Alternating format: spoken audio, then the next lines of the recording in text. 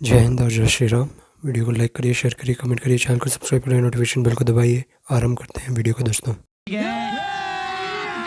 अभी मजा आएगा ना भिड़ो। तो आप समझ सकते हैं ना कि इंडिया गठबंधन कितना मजबूत है और कितने मजबूत दलों का गठबंधन है। अपना कैंडिडेट डिक्लेयर नहीं कर पा रहे हैं। दूरबीन लेकर क्यों आए भैया? सुनो, आप पता नहीं देख पा रहे हैं कि नहीं देख पा रहे हैं? अभी ये अरे सुन तो ले, मैं नहीं देख पा रहा हूं। मैं कह रहा हूं कैंडिडेट डिक्लेयर नहीं कर पा रहे हैं। इनके पास कैंडिडेट नहीं है। ये कैंडिडेट खोज रहे हैं। कहां से कैंडिडेट लाएं? इनको कैंडिडेट खोजने में कितना समय लगता है? There is no difference. ये जो कोशिश हो रही है, ये कोशिश क्यों हो रही है कांग्रेस और सपा के बीच में दरार पैदा करने की? क्योंकि ये डर है। वैसे रूबिका जी, आज आपके शो पे तहसीन आ रहे हैं, तो मैं अपनी माताजी से सहयोग से तहसीन जुड़े उससे पहले मैं बात कर रहा था, तो मेरी माताजी ने बोला कि तहसीन कई घंटों से कमरे में बंद है। हाँ, घंटों से कमरे में बंद है और एक गाने की आवाज आ रही है। वो गाना ये था।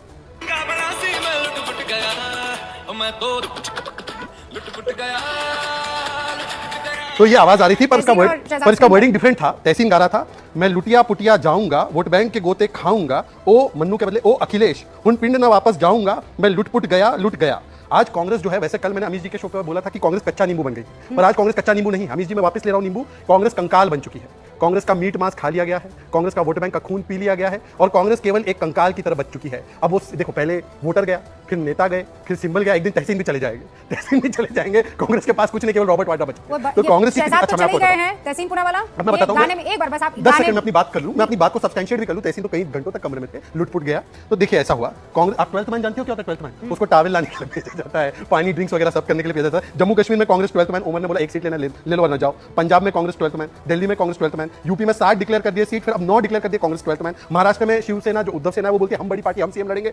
146 सीट पे लड़ी थी महाराष्ट्र में 2019 में, अब 85 पे आ गए, तो 12th मैन। बंगाल में 6 सीट्स टीएमसी ने डिक्लेयर कर दी 12th मैन। इसीलिए कांग्रेस का कंकाल खोजने पर भी नहीं मिल रहा है। अनुराग जी पे मैं केस फाइल करना चाहता हूं। अनुराग जी वो राजनीतिक जेब कतरा है, यहां पर आकर कांग्रेस को चढ़ाते जाएंगे और वहां पर उनका काटते जाएंगे। ये अनुराग जी बहुत शातिर आदमी है, यहां पर आकर पूरा मस्काबाजी, कांग्रेस का मस्काबाजी करते हैं और सीट एक को नहीं देते। ये राजनीतिक जेब कतरा है। ये चेक करो, कांग्रेस का जेब कतरा है अनुराग ने। बात यह है कि इंडिया अलायंस महाराष्ट्र का चुनाव जीतेगी अगर कांग्रेस वहां पर लीडिंग पार्टी हुई। तहसीन पूनावाला जी, आपने इंडिया अलायंस का जिक्र किया, वैसे दूरबीन में देखते हुए मुझे बताइएगा केरल में इंडिया अलायंस कौन है? प्रियंका या मुकेरी जी? दूसरी बात, जो लेफ्ट के कैंडिडेट है, ये झारखंड में लेफ्ट अलग लड़ रही है। 10 सेकंड, वो कहां पे है, कौन इंडिया अलायंस? पर आखिरी सवाल, 2019 में कांग्रेस कितनी महाराष्ट्र में विधानसभा की सीटें लड़ी थी? 147। आज कितनी लड़ रही? 85।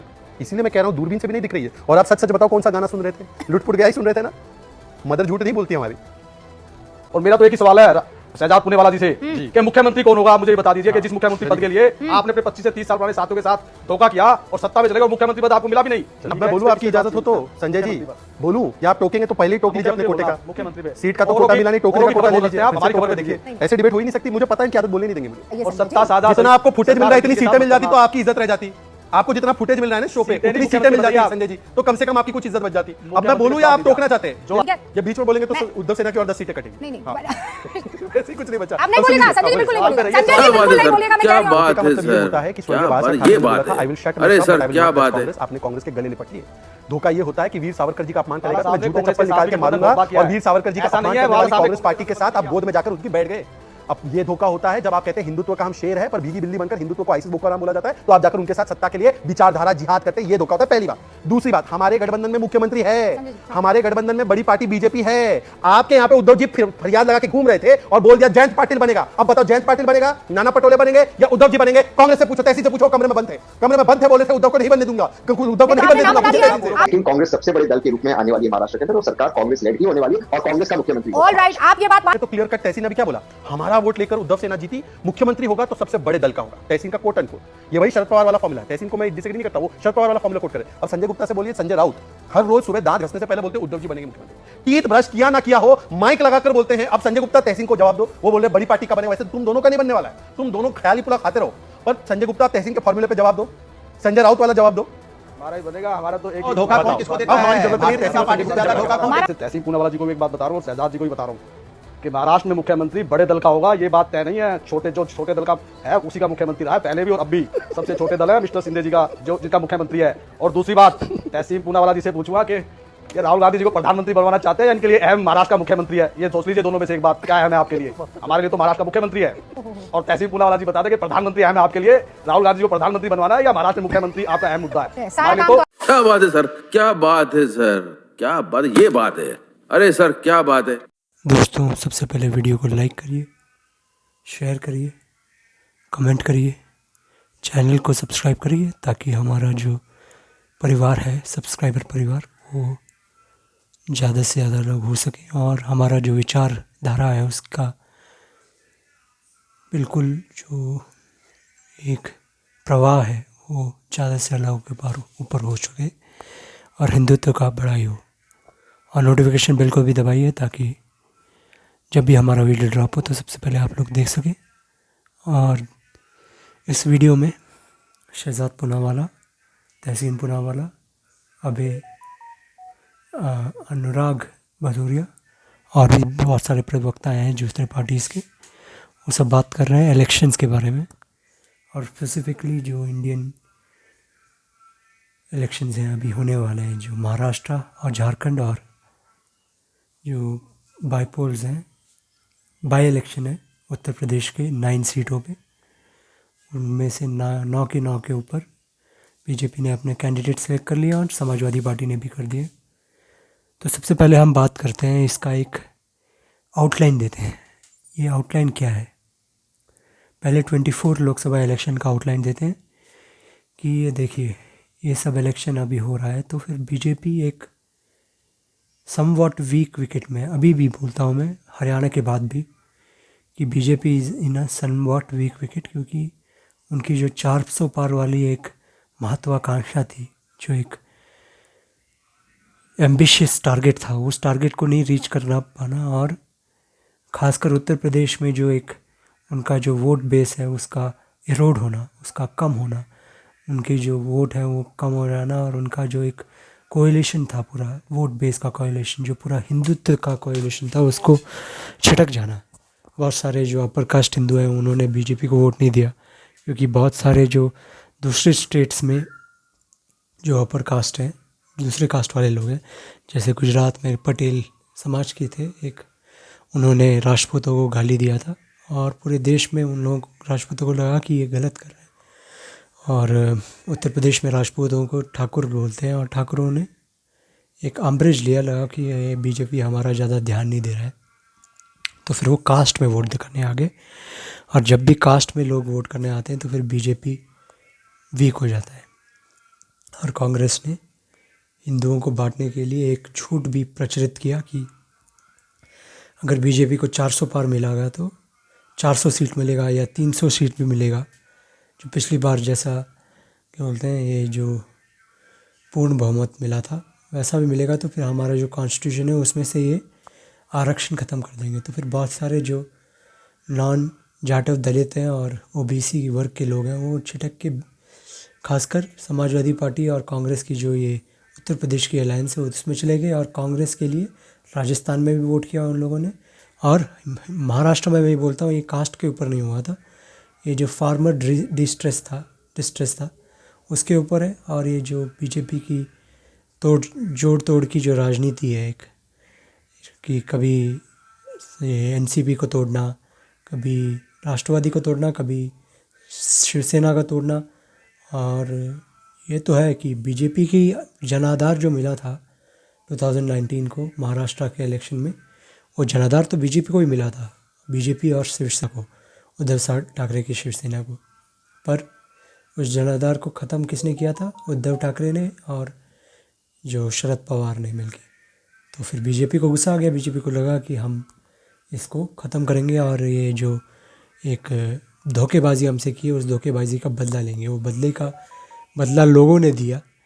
जो मुंबई बीजेपी का गढ़ हुआ करता था उस मुंबई में भी बीजेपी वीक हो गया और भी बहुत सारे क्षेत्रों में, ऐसे विदर्भ है उधर तो बीजेपी का बहुत स्ट्रॉन्ग प्रभाव था। जैसे हमारे देवेंद्र फडणवीस हैं वो उसी एरिया से आते हैं और उनका लीडरशिप, सब लोग बोलते हैं कि विदर्भ के बहुत बड़े लीडर हैं वो। और उस लीडरशिप को वीक करने के लिए लोगों ने बीजेपी के अगेंस्ट वोट दिया। पर ये जो लोकसभा इलेक्शन था वो एक वेकअप कॉल था बीजेपी के लिए। और उस वेकअप कॉल के बाद बीजेपी के जो लीडरशिप है, जो योगी आदित्यनाथ हैं, अमित शाह हैं और भी बहुत सारे लीडर्स हैं, वो बैठ के अपना समीक्षा किया उन लोगों ने कि हमसे क्या क्या गलती हुई थी। तो सबसे बड़ी गलती ये तो यही थी कि हमने हिंदुओं को कास्ट में बांटने में सफल होने दिया कांग्रेस को। कांग्रेस का नैरेटिव सफल हो गया कि हिंदुओं का जो ये जो दलितों का जो क्या है ये रिजर्वेशन है, आरक्षण है, वो ख़त्म हो जाएगा। उसका जो नैरेटिव था वो झूठ हमने लोगों को सच होने तक वेट किया, रहा कि लोगों को सच हुआ तभी जाके हमको एक अवेकनिंग हुआ। हमें लगा कि ये कुछ गलती होने जा रहा है, तभी नरेंद्र मोदी जी ने ये जो मंगलसूत्र के ऊपर बोला, आरक्षण के ऊपर बोला, जो ओबीसी आरक्षण के मुसलमानों को दे देंगे आरक्षण कांग्रेस, ये सब जो स्टेटमेंट से बहुत लेट आया है। और बीजेपी को ये भी करना चाहिए था कि ये जो वक्फ बोर्ड है उसको पूरी तरह ख़त्म करने का एक वादा करना चाहिए था। प्लेसेस ऑफ वर्शिप एक्ट को ख़त्म कर देंगे उसका वादा देना चाहिए था। और भी बहुत सारे जो वादा हैं, जैसे हमारे जो टेम्पल्स हैं उसको फ्री करने का वादा करना चाहिए था, और हिंदुओं को एकजुट करने का वादा करना चाहिए था। ये काशी, मथुरा और भी टेम्पल्स को फ्री करने का एक वादा करना चाहिए था। और प्लेसेस ऑफ वर्शिप एक्ट को आप हटा दोगे तो फिर वो हो ही जाएगा, लोग कोर्ट में जाके फ्री करने का बात करेंगे, तो फिर वो एक तरीका था हिंदुओं को एकजुट करने का। और भी बहुत सारे तरीके थे जिससे आप एकजुट कर सकते थे, जैसे एक सबका साथ सबका विकास और सबका प्रयास। ये जो डायलॉग है, ये जो हेडिंग है, इसको पूरी तरह बंक करके इसको छोड़ देते आप लोग। और ये जो एक तुष्टीकरण जो बीजेपी के लोग भी कर रहे थे, नरेंद्र मोदी जी की गवर्नमेंट भी कर रही थी, कि उनको लग रहा था कि मुसलमान उनको भर भर के वोट देगा अगर उनको हम वो घर दे देंगे, चूल्हा दे देंगे, और जो भी सेंट्रल गवर्नमेंट के स्कीम्स थे वो सब कुछ 30% मुसलमानों को दे दिया। पर मुसलमानों ने बीजेपी के ऊपर थूक के बोल दिया कि हम तुम्हें कभी वोट नहीं देंगे, हमारा जो ईमान है, धर्म है, हमारा जो एक रिलीजन है, हम उसके उद्धार के लिए वोट देते हैं, हम घर वर के लिए वोट नहीं देते हैं। घर तो हमें आएगा जाएगा, हमको तो अपना जो आखिरत है, हमारा जो जो एक हेवन है, उसको वो चाहिए हमें, उसको चाहिए लेने के लिए हम आपके साथ मिल नहीं सकते, अगर मिलेंगे तो फिर हमको वो मिलेगा नहीं। वो उनका सोच है और वो दृढ़ है उसके ऊपर। और हिंदुओं का जो बंटवारा है उसको वो देखते देखते उन लोगों को लग रहा था, पूरी तरह मेरे ख्याल से उन लोगों को लग रहा था कि ये हिंदू तो बट रहे हैं, हम भर भर के वोट करेंगे जाके। और उन्होंने भर भर के यही किया, वोट बाहर घर से बाहर निकल के वोट किया। और ये जो राहुल गांधी का खटाखट स्कीम था वो पूरी तरह काम कर गया। तो फिर ये था। अभी हरियाणा में बीजेपी जीता क्योंकि हमारे जो योगी आदित्यनाथ थे उन लोगों ने बोला बटोगे तो कटोगे। हिंदुओं को बोला आप बटुए मत, आपको बांटने की जो कोशिश कांग्रेस और समाजवादी पार्टी कर रही है उसको हम पूरी तरह निरस्त कर देंगे। और कैसे निरस्त किया, अभी ही ये जो उत्तर प्रदेश की बाई इलेक्शंस में होने जा रहा है 9 सीटों में, उसमें बीजेपी ने बहुत अच्छा पीडीए सारे कास्ट के लोगों को एक साथ जुट करके रखा है, और कोई भी जो मुसलमान है उसको एक भी सीट नहीं दिया है। तो फिर बीजेपी को पूरी तरह पता है पीडीए उनके लिए है पिछड़ा, दलित और अगड़ा, और पीडीए समाजवादी पार्टी के लिए पिछड़ा, दलित और अल्पसंख्यक। अल्पसंख्यक मतलब मुसलमान। और मुसलमानों के लिए ये जो समाजवादी पार्टी है कुछ भी कर सकती है, और इनका एक फितरत है। जब ये पावर में अभी आए तो फिर इन लोगों ने गाली देना स्टार्ट कर दिया। तो फिर महाराष्ट्र में भी यही हो रहा है, अभी बटोगे तो कटोगे, सब जगह यही लग रहा है। लोगों को हिंदू बनाने की कोशिश कर रहे हैं, जैसे हमारे नीतीश राणे जी हैं, उनके फादर नारायण राणे और फडणवीस जी हैं, और जो एकनाथ शिंदे हैं। एकनाथ शिंदे और फडणवीस जी तो हिंदुत्व के हैं, पर एक और बफर के लिए अजीत पवार को भी लेके आ गए। Ajit Pawar is a somewhat secular party वाले हैं। तो फिर ये सब हो रहा है और बहुत सही तरह हो रहा है, और ऐसे ही होना चाहिए। बटोगे तो कटोगे इज़ द नैरेटिव। और योगी आदित्यनाथ को अभी महाराष्ट्र में और ये जो यूपी के इलेक्शन में मेरे ख्याल से 9 में से 6, 7, 8, 7 जीत गए तो फिर बहुत अच्छा होगा, बहुत ज़्यादा अच्छा होगा। 8 जीत गए तो फिर मिरेकल होगा, और उस मिरेकल को परस्यू करना चाहिए। और मिरेकल को परस्यू करते हुए अगर 7-6 सीट भी जीत गए तो फिर बहुत अच्छा होगा, और ख़ासकर नेक्स्ट जो इलेक्शन होगा उसमें भी। तो फिर वीडियो को लाइक करिए, शेयर करिए, कमेंट करिए, चैनल को सब्सक्राइब करिए, नोटिफिकेशन बिल को दबाइए। हर हर महादेव, जय श्री राम, जय हिंद,